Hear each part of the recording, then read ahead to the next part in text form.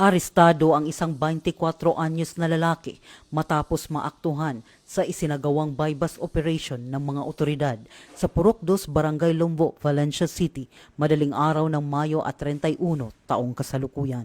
Kinilala ng pulisya ang sospek sa alias na Roger, isang empleyado sa isang parmasya at residente ng Valencia City. Pinangunahan ng City Drug Enforcement Unit ng Valencia City Police Station ang operasyon sa ilalim ni Police Lieutenant Christopher R. Ibanez, katuwang ang 2nd PMFC Bukidnon, RPDU 10, 1003rd Maneuver Company ng RMFB 10, City Anti-Drug Special Unit Team at Bukidnon Provincial Intelligence Unit sa koordinasyon ng PDEA. Nakumpiska mula sa sospek ang 4 na sachet ng hinihinalang shabu na may kabuuang timbang na 5.3 grams at tinatayang standard drug price na 36,040 pesos. Na-recover din sa operasyon ang buy-bust money, isang plastic container na hinihinalang lalagyan ng iligal na droga at isang cellular phone.